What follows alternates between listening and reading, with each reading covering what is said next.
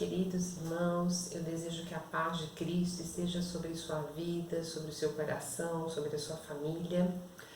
E vamos nesse dia meditar sobre a palavra de Deus com o tema O Nome Mais Lindo de Todos. Eu queria te convidar a abrir sua Bíblia ou seu aplicativo em Filipenses 2, 5 a 11. E o texto da palavra de Deus nos diz assim: de sorte que haja em vós o mesmo sentimento que houve também em Cristo Jesus, que sendo em forma de Deus, não teve por usurpação ser igual a Deus, mas esvaziou-se a si mesmo, tomando a forma de servo, fazendo-se semelhante aos homens. E achado na forma de homem, humilhou-se a si mesmo, sendo obediente até a morte e morte de cruz. Por isso também Deus o exaltou soberanamente, e lhe deu um nome que é acima de todo nome, para que ao nome de Jesus se dobre todo o joelho dos que estão nos céus e na terra e debaixo da terra, e toda língua confesse que Jesus Cristo é o Senhor, para a glória de Deus Pai. Nós estamos vivendo, queridos, dias muito difíceis, não é mesmo? Dias inimagináveis.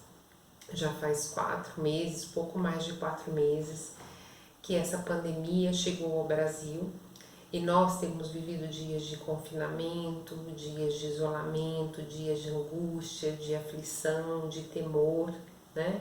Torcemos muito para que essa pandemia passe logo, mas a gente ora a Deus, pede, confia, mas sabe que isso não vai acontecer num curto prazo. Um vírus tão poderoso que parece que não há nada que possa vencê-lo. A vacina tão esperada ainda não ficou disponibilizada. Mas nós temos que nos lembrar que há um poder muito maior do que esse coronavírus. Um nome acima desse vírus e o que ele pode causar. E esse nome é Jesus. Muitas vezes nós estamos tão amedrontados, tão intimidados, tão encurralados, mas eu quero te lembrar nesse dia que você tem Jesus. E Ele é o nome mais poderoso do que tudo. Quem é Jesus? Quem é Jesus para você? Se você tivesse que responder para alguém, quem é Jesus? Talvez você dissesse que Ele é o Filho de Deus, que Ele é o Salvador da humanidade. Talvez você dissesse que Ele é o Cordeiro de Deus, que Ele é o Alfa e o Ômega, que Ele é a estrela da manhã, que Ele é o Deus forte, príncipe da paz, e Jesus é tudo isso e muito mais pela Bíblia Sagrada. E nós podemos encontrar muitos outros atributos na palavra de Deus que definem Jesus. Mas quem é Jesus para você? O que Ele significa para você? Qual a importância desse nome para a sua vida? Eu gostei muito da definição de um autor, James Kennedy, no livro E se Jesus não tivesse nascido? Ele diz assim: ele nasceu em um vilarejo desconhecido, o filho de uma camponesa. Cresceu em outro vilarejo onde trabalhou em uma carpintaria até completar 30 anos. Então, durante 3 anos, foi um pregador itinerante. Nunca escreveu um livro. Nunca ocupou uma posição, nunca teve uma família ou uma casa, não frequentou a faculdade, nunca conheceu uma cidade grande, não se afastou sequer 300 quilômetros do lugar onde nasceu, não fez nada do que normalmente acompanha o poder, não tinha credenciais, era simplesmente ele. Tinha apenas 33 anos quando toda a opinião pública se voltou contra ele. Seus amigos fugiram e um deles chegou a negá-lo. Foi entregue a seus inimigos e passou pelo escárnio de um julgamento. Foi crucificado entre 2 ladrões. Quando estava morrendo, seus executores disputavam por suas roupas, suas únicas propriedades neste mundo. Quando morreu, foi sepultado em um túmulo emprestado por um amigo misericordioso. Muitos séculos se passaram e hoje ele é a figura central da raça humana. Todos os exércitos que já marcharam, todas as frotas navais que já navegaram, todos os parlamentos que já existiram e todos os reis que já reinaram, colocados juntos, não influenciaram a vida do homem como a vida dele. Jesus. Eu achei muito linda a definição desse autor. Mas por vezes, queridos, nós temos esquecido desse nome. Antes, talvez, pela correria da vida, pela nossa agitação, e agora, talvez, por tantos desafios que temos à frente. A pandemia e suas consequências, como a recessão mundial, as dificuldades na economia, as dificuldades na nossa vida emocional, enfim, os tempos pós-modernos, secularizados, e muitas vezes nós estávamos colocando nossa confiança, nossa esperança em tantas coisas, em sonhos, em projetos, mas agora com essa pandemia nós estamos revendo nossas prioridades. O que realmente importa, né? O que realmente tem valor? Quais são as nossas prioridades? Ficou claro uma coisa, querido, nós não temos segurança neste mundo. Tudo que a gente achava que poderia nos trazer segurança, nesta hora da pandemia, não trouxe. O dinheiro não trouxe segurança, a medicina não trouxe segurança, porque até o momento não foi desenvolvida uma vacina. A prevenção, por mais que a gente tenha que sim adotar as medidas de prevenção, mas elas não nos dão a garantia de 100% que a gente não vai contrair esse vírus. Enfim, a nossa segurança deve estar numa única coisa, num único nome, que é Jesus. E independente do que possa nos acontecer, a nossa vida está nele. Romanos 11:36 nós lemos: porque dele, por ele e para ele são todas as coisas. Glória, pois, a ele eternamente. Todas as coisas, a Bíblia diz, são dele. Sabe, todas as coisas são por ele. Sabe, todas as coisas são para ele. Ele é de fato o alfa e o ômega, a primeira e a última letra do alfabeto grego, expressão que significa que ele começa e ele encerra tudo. Tudo converge para ele. Jesus, esse nome mais lindo de todos, está ao nosso alcance e isso é maravilhoso. Então eu quero te convidar para nesse dia, nesses tempos, tirar os olhos da sua vida básica, das suas circunstâncias. Pode ser que você esteja vivendo circunstâncias muito difíceis. Jesus nos alertou que nessa vida nós teríamos aflições e nós temos vivido um tempo em que todos nós temos aflições.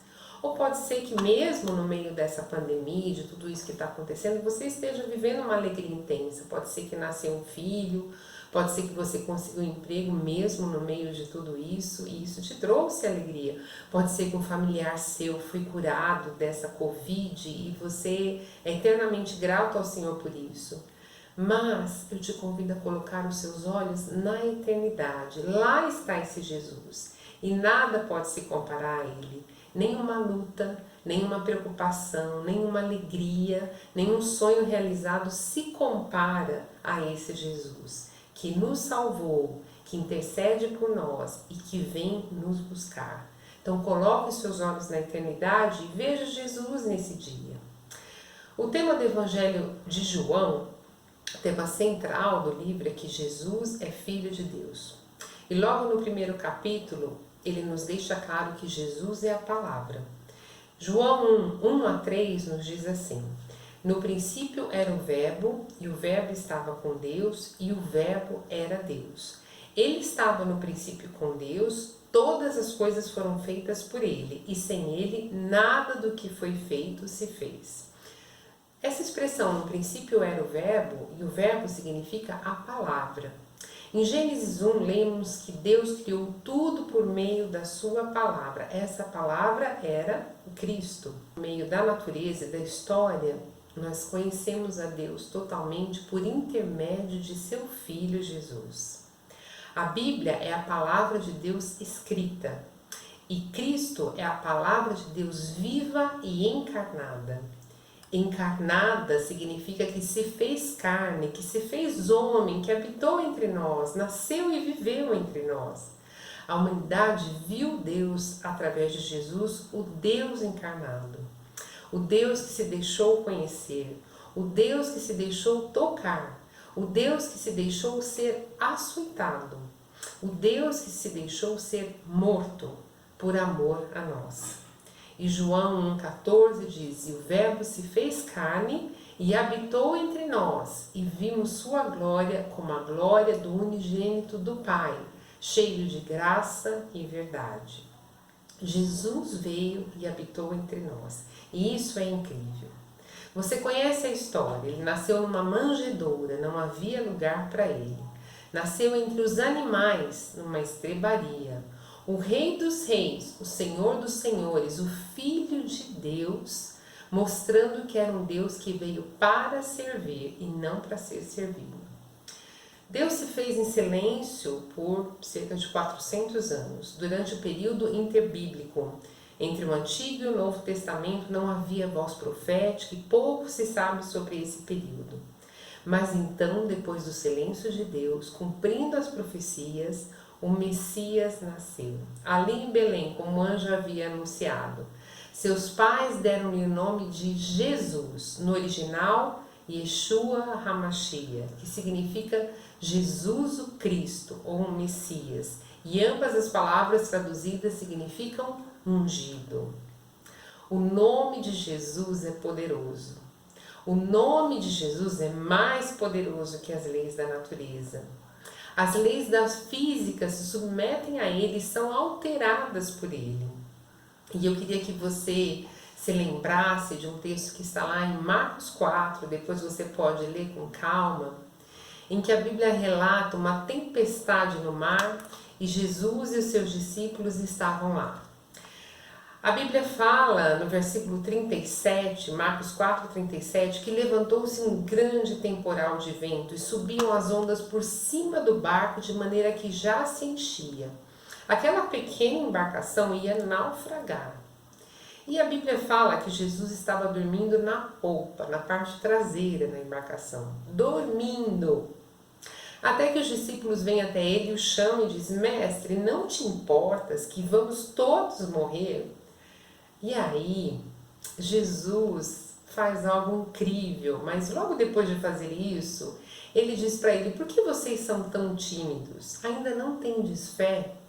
É verdade, aqueles discípulos ainda não tinham fé. Eles se esqueceram com quem ele estava naquele barco. Porque quando Jesus foi acordado, Jesus, aquele que é o nome, acima de todo nome, aquele que tem todo o poder, a Bíblia diz que despertando, ele repreendeu o vento. Ele disse ao mar: cala-te, aquieta-te. Como quem fala um pequenininho cachorro, sabe? O seu pet que você tem em casa e que te obedece, talvez seja um cachorro obediente, talvez não. Mas se ele é obediente quando você diz deita e ele deita. Eu leio essa passagem e eu vejo Jesus falando para aquele mar bravio, para aquelas ondas, para aquela tempestade, dessa mesma forma: cala-te, aquieta-te. E o mar se aquietou e houve grande bonança. Esse é o nosso Jesus, lindo, poderoso. O nome de Jesus é mais poderoso que as enfermidades. Ele é mais poderoso que a Covid-19. Para edificar sua fé, eu quero exemplificar com algo feito pelo poder que há no nome de Jesus, não exatamente por ele, mas pelos discípulos que usaram a autoridade que há no nome de Jesus. Em Atos 3, nós vemos Pedro e João em Jerusalém. Eles subiram ao templo para orar. E estava ali um homem que desde o seu nascimento era deficiente físico. Todos os dias ele era colocado ali para pedir esmolas. E vendo os discípulos, ele pediu esmolas. Mas estava ali alguém que cria no nome de Jesus e no seu poder de curar.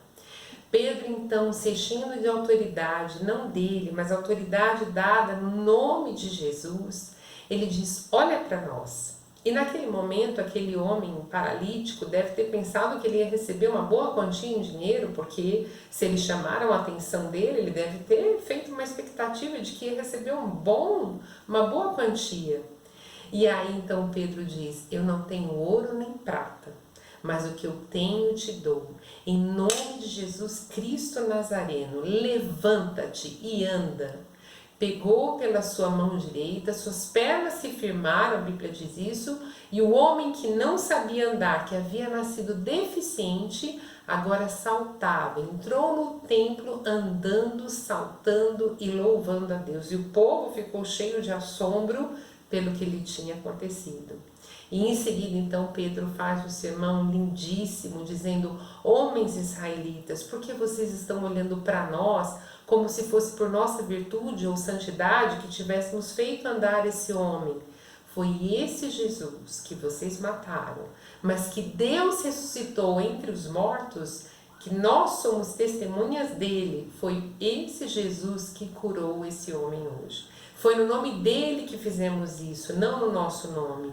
E esse Jesus, meus queridos, está conosco hoje, atravessando essa dificuldade hoje, caminhando lado a lado conosco hoje. E a palavra deve encher o nosso coração de fé, porque essa enfermidade, a Covid-19, ela não é maior do que o nome de Jesus. O nome de Jesus é mais poderoso que os demônios. Voltando lá para Marcos 5, logo em seguida, depois daquela tempestade, a Bíblia relata o encontro de Jesus com o endemoniado gadareno. A Bíblia diz que ele saiu do barco e o homem endemoniado saiu dos sepulcros e veio ao seu encontro. E a Bíblia diz que ninguém conseguia prender aquele homem nem com cadeias. Ele tinha uma força tremenda que os demônios conferiam a ele. Tamanha força que ninguém o podia amansar. Ele era uma fera indomável. E quando ele viu Jesus, ele correu e o adorou. Imagine isso, o demônio se curvou a Cristo. E ele diz: que tenho contigo, Jesus, Filho do Deus Altíssimo. Peço-te que não me atormentes. Olha, imagine essa cena. Ele não era aquele que despedaçava correntes, que ninguém conseguia prender. Imagina as pessoas agora vendo ele prostrado. Por quê? Porque ali estava Jesus, o Rei dos Reis, o Senhor dos Senhores, o Todo-Poderoso, o Invencível. E Jesus dizia: sai desse homem, espírito imundo. E ele implorava para que não fosse enviado para fora da província. E aí havia uma manada de porcos ali perto. Os demônios imploraram para que fossem enviados para a manada de porcos. E Jesus permitiu. Então aquela manada de quase 2.000 porcos se precipitou no mar. Os porcos morreram todos, mas o homem foi liberto. As pessoas que souberam o acontecido foram ver o gadareno, e agora ele estava sentado, vestido em perfeito juízo. Jesus é mais poderoso que milhares de demônios juntos. Ele é mais poderoso que todo o inferno, porque ele é Jesus, o Cristo. Por que Jesus é o nome mais poderoso de todos os tempos, mais poderoso de todos? A Bíblia nos responde. Lá no texto que nós lemos inicialmente, Filipenses: achado na forma de homem, humilhou-se a si mesmo, sendo obediente até a morte e morte de cruz. Porque ele se submeteu totalmente a Deus o Pai, porque ele abriu mão de sua glória, porque sua vida na terra estava totalmente sujeita ao Pai, porque ele não se rebelou, ele não saiu 1 milímetro do que era a vontade do Pai, nem no Getsemane, quando ele ora em extrema agonia: Pai, se for possível, passa de mim esse cálice, todavia não se faça a minha vontade, mas a sua. Porque ele teve submissão a Deus em todos os momentos, mesmo sendo homem. Submissão mesmo tendo que enfrentar os escárnios, os espinhos, as cuspidas, o ultraje, a cruz, o peso daquele madeiro. Mesmo com os cravos entrando nos seus pés e mãos, ele foi submisso à vontade do Pai. Por amor a mim, por amor a você. Por isso, o texto continua: Deus o exaltou soberanamente e lhe deu um nome que é sobre todo nome, para que ao nome de Jesus se dobre todo o joelho dos que estão nos céus, na terra e debaixo da terra, e toda língua confesse que Jesus Cristo é o Senhor, para a glória de Deus Pai. Esse Cristo exaltado, nós vamos vê-lo exatamente como ele é. O mesmo Cristo que João viu no Apocalipse, que escreveu no capítulo 1 de Apocalipse, versículos 17 e 18. E eu, quando o vi, caí a seus pés como morto. E ele pôs sobre mim a sua destra, dizendo-me: não temas, eu sou o primeiro e o último. e o que vivo e fui morto, mas eis aqui estou vivo para todo sempre. Amém. E tenho as chaves da morte e do inferno. Esse é o Jesus que nós cremos, o nome mais lindo de todos, e ele vem para nos buscar, não mais como um cordeiro, mas como um juiz, e nós vamos vê-lo e vamos ser recebidos por ele.